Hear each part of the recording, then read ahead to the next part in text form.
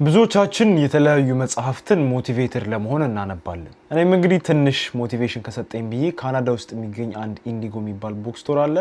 እዛ ገብቼ አንድ መጽሐፍ ገዛው። ብዙም የተለየ ነገር ይኖረዋል ብዬ አስቤ አልነበረም ያንን መጽሐፍ የገዛሁት። ነገር ግን ሞቲቬት ማድረጉን ትቶ ያ መጽሐፍ ሀምብል አድርጎኛል። መጽሐፉ ማስተሪ ይባላል።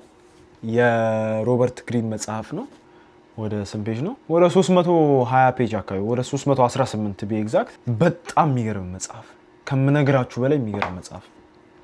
በዛሬው ቪዲዮአችን ከዚህ መጽሐፍ የተማርኳቸውን 5 ሌሰኖች ብሬክዳውን አድርጌ የምነግራችሁ ይሆናል። በጣም በሚያሳዝን ሁኔታ የዚህ ዓመት ግባችን 10,000 ሰብስክራይበር መድረስ ነበረ።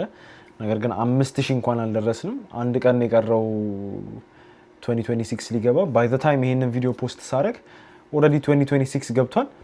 አትሊስት 2026 ላይ 20,000 ሰብስክራይበር እንግባ። በተቻለኝ አቅም እኔም ኮንሲስተንት ሆኜ ቪዲዮችን ፖስት አደርጋለሁ።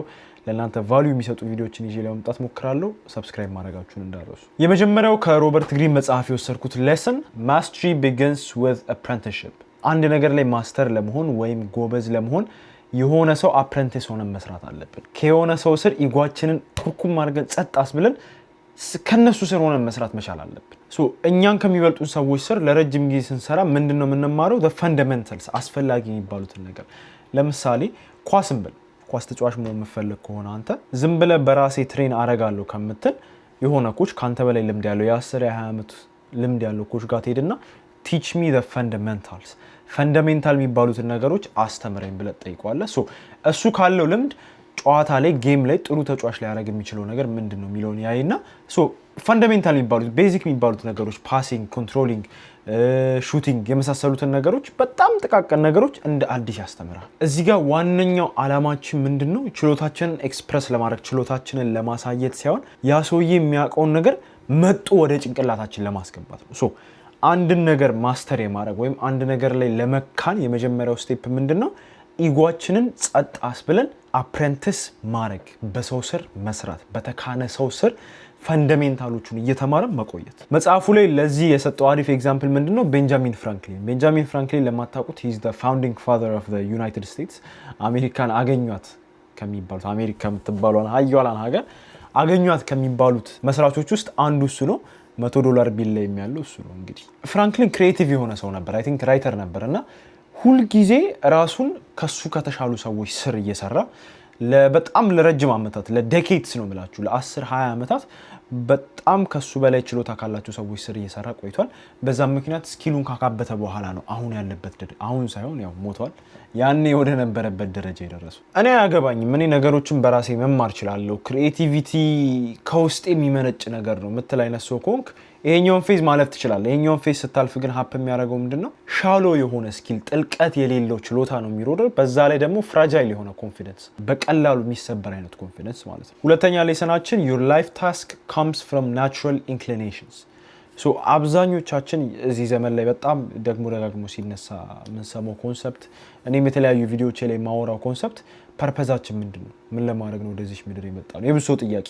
እኔም ገና አልደረስኩበትም እውነት ለመናገር ግን I'm working towards it ብዬ አስባለሁ ከሌላው ሰው በተሻለ። በዚህ እድሜያችን ፉሊ ልናውቀው ስለማንችል ማለት ነው። የሮበርት ግሪን ማስተሪ የሚለው መጽሐፍ ላይ ምን ይላል? ፐርፐዛችንን የምናገኘው ከናቹራል ኢንክሊኔሽን ነው። ናቹራል ኢንክሊኔሽን የምንለው በልጅነታችን የሚስቡን ነገሮች አሉ አይደለ? በቃ ከልጅነታችን ጀምሮ ኪዩሪየስ የሚያደርጉን፣ ስለነሱ ስናስብ የሚያጓጉን ነገሮች፣ አቴንሽናችንን ኤፈርትለስሊ የሚይዝልን፣ ረጅም ሰዓቱ ሲያልፍ ሳይታወቀን ቁጭ ብለን የምንሰራው አይነት ስራ፣ ወይም ደግሞ እዛ ነገር ላይ ችግር ሲገጥመን በምን ያክል ቀለት እንደምንፈታው፣ ሌሎች ሰዎች በጣም ለፍተው የሚያመጡትን ሪዛልት እኛ ደስ ብለው ሰርተን በጥንጥዬ ኤፈርት ምናመጣ ከሆነ we are naturally inclined to that task ይባላል። ለዛ ታስክ ናቹራሊ ሰውነታችን ጭንቅላታችን ይገፋፋናል ይባላል። እንደውም ከመጽሐፉ ላይ አንድ የወሰድኳትን ኮት ልንገራችሁ። You must reconnect with your childhood self, the source of your uniqueness።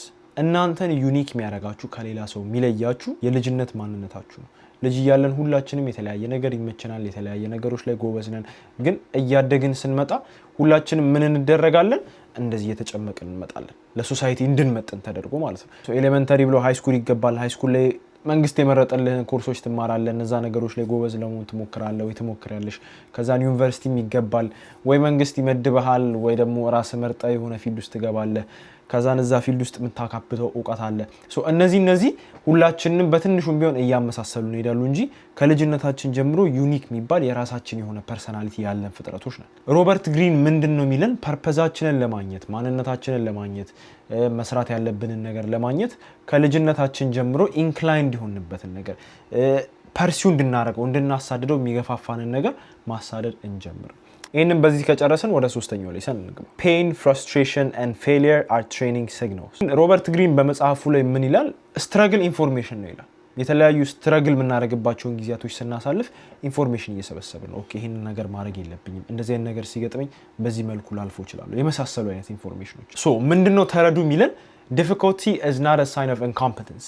የሆነ ነገር ሲከብደን አንችልም ማለት አይደለም፣ ነገር ግን ኢንፎርሜሽን እየሰበሰብን ነው ከዛ ነገር ያንን ነገር ለመረዳት ያንን ነገር እንድንችለው ስለከበደን ነገር ኢንፎርሜሽን እየሰበሰብን ነው። ነርቨስ ሲስተማችን አዳፕት እያደረገ። ለዚህ ደግሞ ቆንጆ ምሳሌ መጽሐፉ ላይ ምንድነው?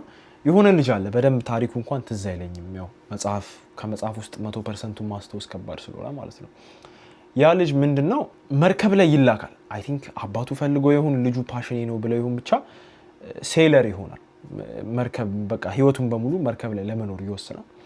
መርከብ ላይ ይወጣል። በጣም አስጠላው። በቃ ውሻ ያደርጉታል መርከቡ ላይ የነበሩት ሰዎች አለቆቹ።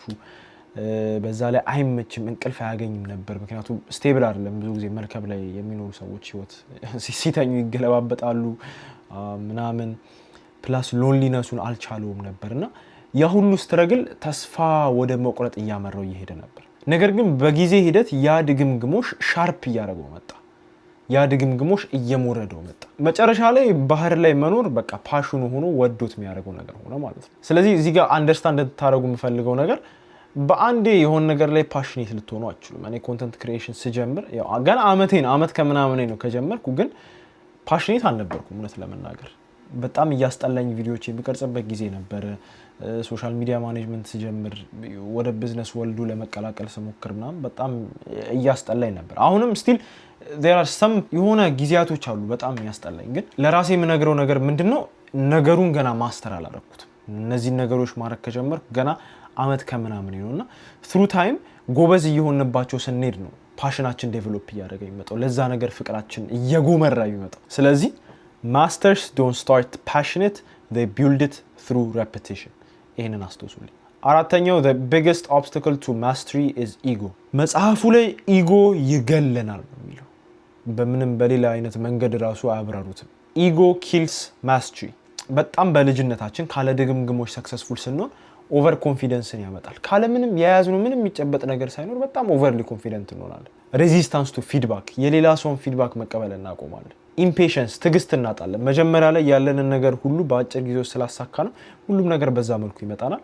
ያ ደግሞ ይገለናል። አምስተኛና የመጨረሻችን ማስተሪ ሪኳየርስ ሎንግ ተርም ታይም ሆራይዘን። አሁን ላይ ሁሉም ሰው የሚፈልገው ምንድነው? በልጅነቱ ሰክሰስፉል ነው። አንወሻሽን።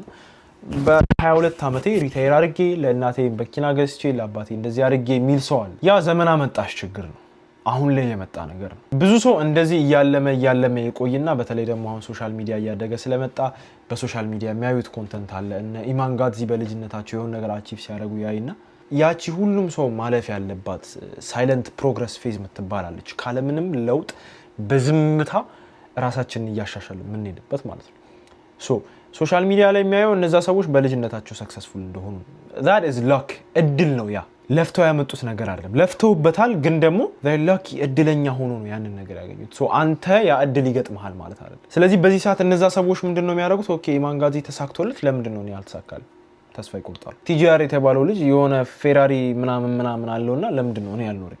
ሳይለንት ፕሮግረስ ፌዟን ይዘሏታል። ለዚህ ደግሞ መጽሐፉ ላይ ያገኘው ታሪፍ ኤግዛምፕል ምንድነው? የሞዛርት ኤግዛምፕል ነው። ሞዛርት በታሪክ በጣም one of the biggest composers ከሚባሉ ሰዎች ውስጥ አንዱ ነው። ብዙ ሰው ምን አይነት ሚስኮንሰፕሽን አለው ወይም የተሳሳተ አመለካከት አለው? ሞዛርት ከተወለደበት ጊዜ ጀምሮ በቃ ምጡቅ ነው፣ ጂኒየስ ነው ተብሎ ይታወቃል። ነገር ግን ከልጅነቱ ጀምሮ ደም ተፍቶ ትሬን ሲያደርግ የነበረ ሰው ነው። ይሄ ደግሞ በታሪክ ተጽፏል። ያ ጂኒየስ የሚባለው ስም የተሰጠው ከብዙ ሰዓታት ልፋት በኋላ ነው። ኦቨርናይት ሰክሰስ አይደለም። ስለዚህ ማስታወስ ያለባችሁ ዛሬ የሆነ ነገር ተመኝታችሁ ተኛችሁና ነገ ይሳካል ማለት አይደለም። ማናችሁ እንዲሳካላችሁ ነገር ናት። ይሄ የሁላችንም ጭንቅላት ውስጥ ያለ አመለካከት ነው አይደል? ምን እንደማደርግ አላቅም፣ ግን የሆነ ሰዓት ላይ ሰክሰስፉል እሆናለሁ። ይሄ እያንዳንዱ ሰው ጋር ያለ ብሊፍ ነው። አንተ ጋር ብቻ አይደለም፣ አንቺ ጋር ብቻ አይደለም፣ ሁላችንም ጋር ያለ። እኔም አስባለሁ ያ በ10 ሺህ ብር ደሞዝ ተቀጥሮ የሚሰራውም ሰው ያስበዋል ያንን ነገር። የ50 ዓመቱ ሽማግሌም ስቲል እያሰበው ነው ያንን ነገር ለረጅም ዘመናት።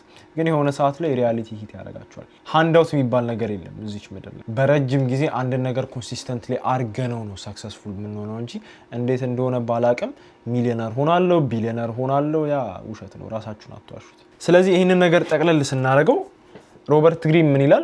ማስተሪ is not about intelligence or luck. It's about staying in the process longer than others. ለማብራራት ያክል ማስተሪ እድል አይደለም ወይም ጂኒየስ ሆኖ መፈጠር አለ። ቅድም የነዛ ሰዎች እድል ነው ያልኳችሁ በጣም በልጅነታቸው ስላሳኩት። ነገር ግን አንድን ነገር ማስተር ለማድረግ ከሌሎች ሰዎች የተሻለ አመታትን እዛ ነገር ላይ ማዋል ይኖርብናል። በዚህ መልኩ ቅንጭብ ተደርጎ የሚቀርብ አይነት መጽሐፍ። ስለዚህ አንድ ጥያቄ ልጠይቃችሁ። እናንተስ ለ10 ዓመት ለ20 ዓመት ትንሽ ለውጥ ብቻ እያያችሁ ለዓላማችሁ የመታገል ፍላጎት አላችሁ? አቅሙስ ውስጥ ያለ ብላችሁ ታስባላችሁ? ኮመንት ሴክሽን ላይ አሳውቁ።